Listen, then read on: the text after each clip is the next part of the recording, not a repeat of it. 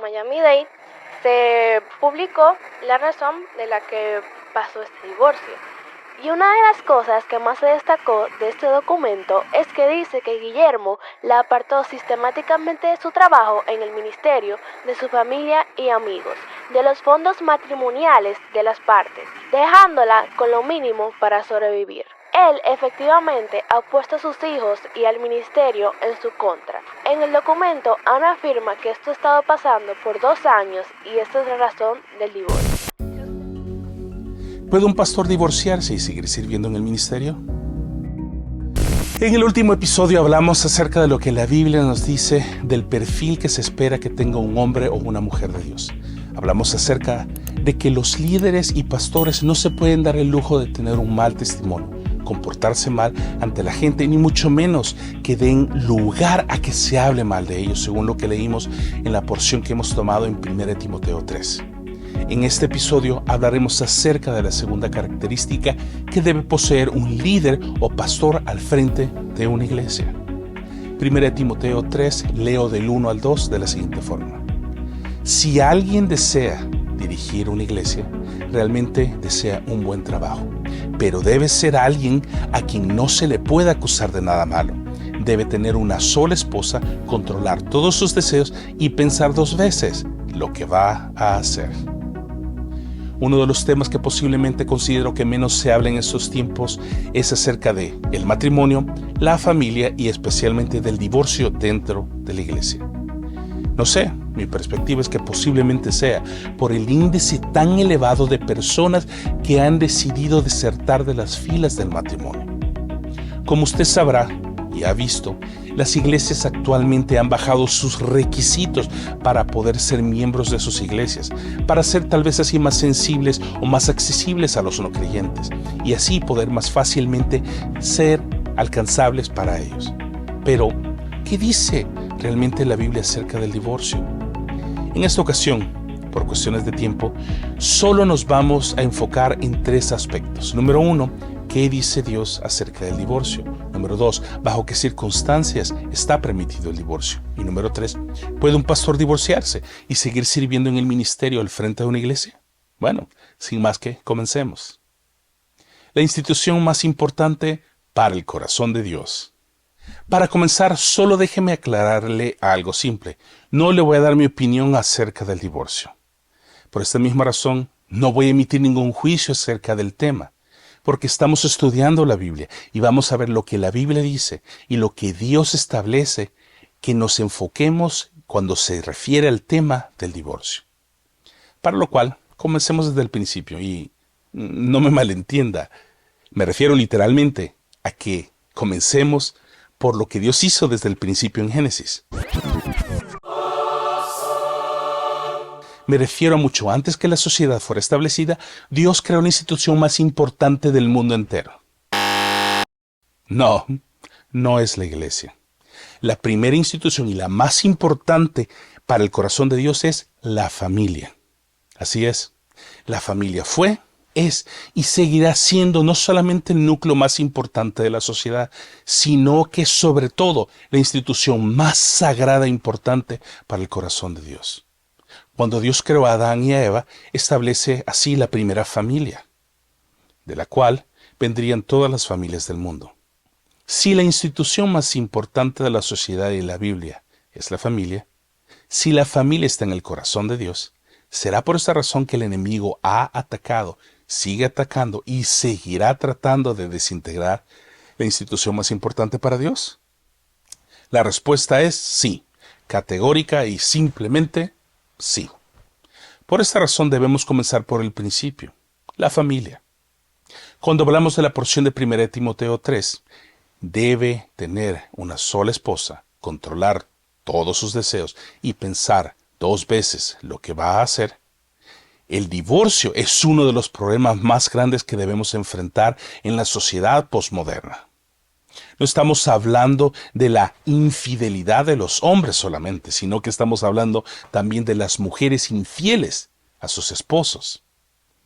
Hablemos del hecho de que tanto el hombre y la mujer pensante en este tiempo creen que han evolucionado tanto en su manera de pensar que ahora saben más que Dios. Para esto, el rey Salomón nos ha dejado un remedio. Proverbios 3, del 5 al 8 dice así: Fíate de Jehová de todo tu corazón, y no te apoyes en tu propia prudencia. Reconócelo en todos tus caminos, y él enderezará tus veredas. No seas sabio en tu propia opinión. Teme a Jehová y apártate del mal, porque será medicina a tu cuerpo y refrigerio para tus huesos. Cuando confiamos en Dios en primera instancia y dejamos de pensar en lo que yo creo que es lo mejor para mí, aprendemos a ver lo que Dios quiere y ha apartado para nosotros. El éxito en el matrimonio no radica en el hecho de que no vayamos a tener problemas, sino que confiemos en Dios a pesar de los problemas que tengamos dentro del matrimonio, porque sus planes son mejores que los nuestros. Es ahí en donde debemos detenernos y estar convencidos de que los planes de Dios son para nuestro bien y no para nuestro mal, como lo dice Jeremías 29:11. Con este principio establecido de la familia es la institución más importante para el corazón de Dios y que los planes de Dios son mejores que los nuestros, veamos ahora y vámonos directamente a lo que dice la Biblia acerca de la desintegración de la familia por culpa del divorcio. ¿Qué piensa Dios del divorcio? Dios habla por medio del profeta Malaquías en el capítulo 2, versículo 16.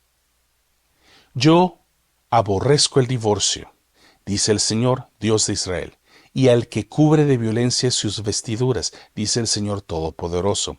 Así que cuídense en su espíritu y no sean traicioneros. La traducción lenguaje actual lo amplía de la siguiente forma. Nuestro Dios nos creó para que fuéramos un solo cuerpo y un solo espíritu. Nos creó así para que fuéramos un pueblo consagrado a Él. Nuestro Dios odia a quienes son violentos y abandonan a su esposa. Por lo tanto, tengan cuidado y no les sean infieles a su esposa. Más claro, no puede estar. El profeta es enfático, directo y sobre todo puntual y al grano. Dios aborrece el divorcio. Pero entonces, si Dios aborrece el divorcio, ¿por qué se lo permitió a su pueblo? Veamos este caso en que los fariseos hablaron con Jesús en Mateo 19, del 7 al 9. Los fariseos le preguntaron, entonces, ¿por qué Moisés nos dejó la ley que dice que el hombre puede separarse de su esposa dándole un certificado de divorcio? Jesús les respondió, Moisés les permitió divorciarse porque ustedes son muy tercos y no quieren obedecer a Dios. Pero Dios, desde el principio, nunca ha querido que el hombre se separe de su esposa. Y yo les digo que, si su esposa no ha cometido ningún pecado sexual, ustedes no deben divorciarse de ella ni casarse con otra mujer. Porque si lo hacen, serán castigados por ser infieles en el matrimonio. La pregunta surge entonces, ¿puedo casarme después del divorcio? La controversia si el divorcio y el segundo matrimonio son permitidos de acuerdo a la Biblia gira principalmente alrededor de las palabras de Jesús en lo que leímos en Mateo 19. La frase, excepto cuando haya infidelidad en el matrimonio, es el único en la Escritura que posiblemente da el permiso de Dios para el divorcio y volverse a casar. Muchos intérpretes entienden que esta cláusula de excepción se refiere únicamente a la infidelidad dentro del matrimonio, durante el período que está considerado como dentro del matrimonio, por lo que tiene que tomar en cuenta que en la costumbre judía un hombre y una mujer se consideraban casados aún mientras todavía estaban comprometidos, es decir, estaban prometidos el uno al otro, el equivalente a haber pedido la mano y haberle dado el anillo de compromiso a su esposa o a su novia en estos tiempos. Según este punto de vista, la inmoralidad durante este periodo de compromiso debería entonces ser la única razón válida para el divorcio. Sin embargo, la palabra griega que se traduce en este caso como infidelidad conyugal es una palabra que puede significar cualquier forma de inmoralidad sexual. Esto puede significar fornicación, prostitución, adulterio, etcétera, etcétera. Posiblemente Jesús está diciendo que el divorcio es lícito si se comete inmoralidad sexual. Las relaciones sexuales como tales son parte integral del vínculo matrimonial y serán una sola carne, como lo dice Génesis 2:24, Mateo 19:5 y Efesios 5:31. Por tanto, una ruptura de este vínculo por medio de relaciones sexuales fuera del matrimonio debería ser la única razón lícita del divorcio. Si es así, Jesús también tiene en mente el segundo matrimonio en este pasaje. El versículo que leímos indica que el divorcio y el segundo casamiento son permitidos en una instancia de la cláusula de excepción, sea como sea que se interprete. Es importante también notar que solamente la parte inocente se le permite volver a casarse. Aunque esto no está indicado en el texto, la concesión del segundo matrimonio después del divorcio es la misericordia de Dios para aquel contra el que se ha cometido el pecado, no para el que ha cometido la inmoralidad sexual. Puede haber instancias donde la parte culpable se le permite volver a casar, pero tal concepto no es enseñado en las Escrituras. Algunos entienden que 1 Corintios 7:15 puede ser otra excepción. Dice así: pero si el esposo o la esposa no cristianos insisten en separarse, que lo hagan. En tales casos, la esposa o el esposo cristianos no están obligados a mantener ese matrimonio, pues Dios quiere que vivamos en paz. Es considerado esta porción también otra excepción, como le dije, que permite el segundo casamiento si el cónyuge incrédulo se divorcia de un creyente. Sin embargo, el contexto no menciona el segundo casamiento. Solamente dice que un creyente no está obligado a continuar un matrimonio con un cónyuge no creyente y cuando ese cónyuge quiere irse. Otros afirman que el abuso conyugal, infantil y físico son una razón válida para el divorcio, aunque no se menciona como tal en la Biblia. Este pudiera ser también el caso, pero no es bueno hacer conjeturas sin fundamentos cuando se entiende el verso de la palabra de Dios.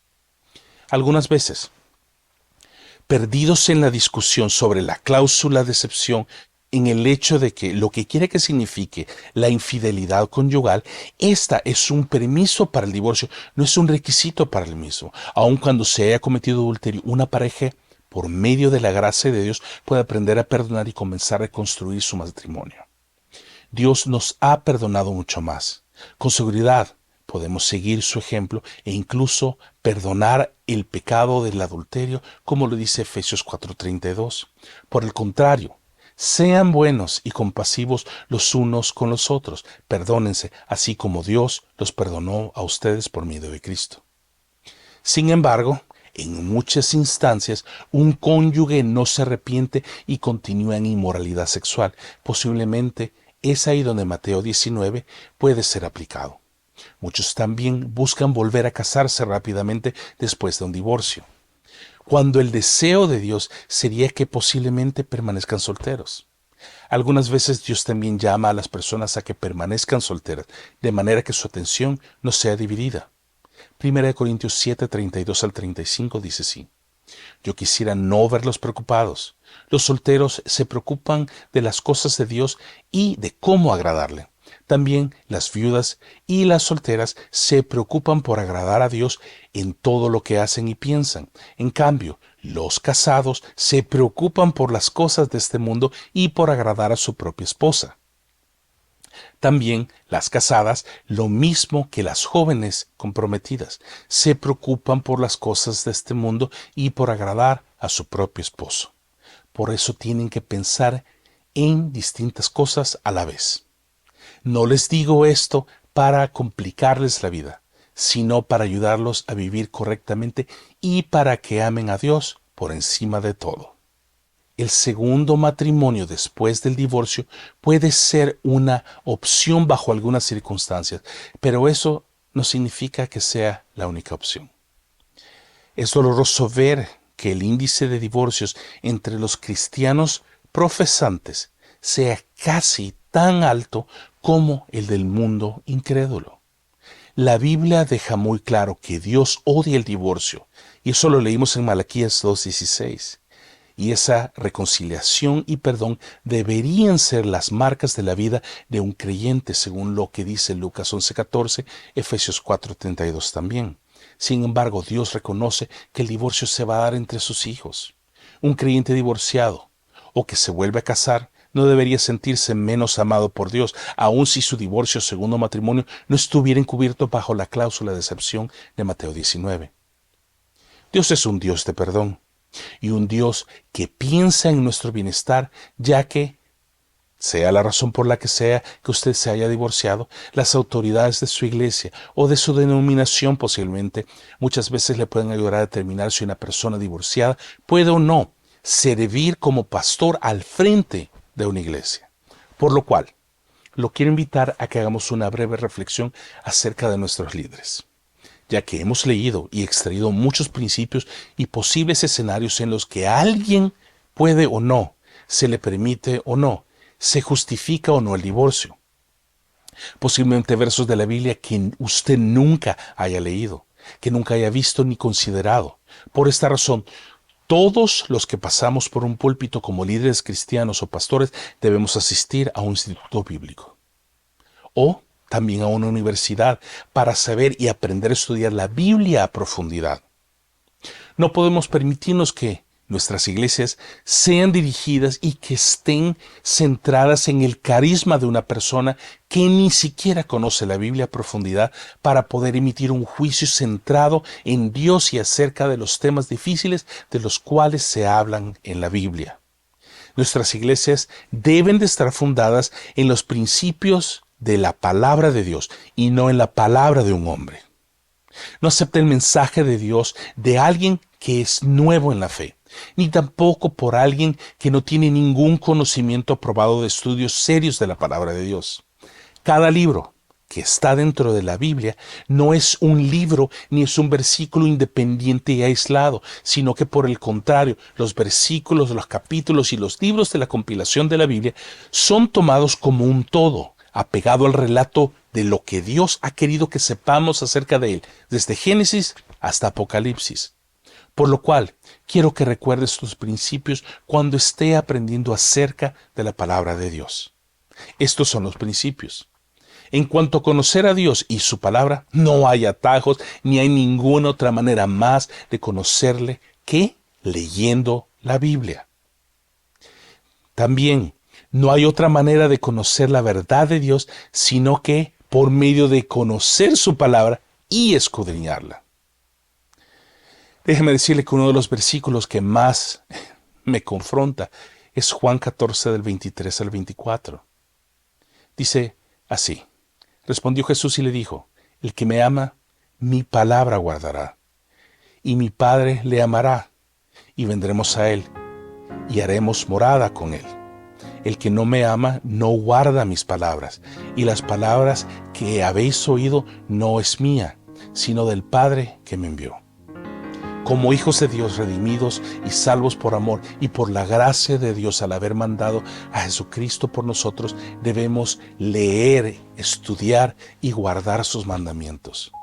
Recuerde que una relación con otra persona no se desarrolla de la noche a la mañana, sino que por medio de invertir tiempo con esa persona para poder así conocerla. Cuando se trata de Dios, no hay ninguna diferencia. Si le amamos, debemos guardar su palabra. Pero ¿cómo vamos a guardar su palabra si no la leemos? La palabra de Dios es la Biblia y nada más. Y existen tantas maneras de leer la Biblia. Hay tanta tecnología a nuestro alcance que nos puede ayudar a leer la Biblia mientras conducimos en el tráfico, mientras vamos en un viaje o aún solamente escucharla. No sé cuál es su circunstancia como persona o como líder cristiano. No soy quien para acusar a nadie de nada.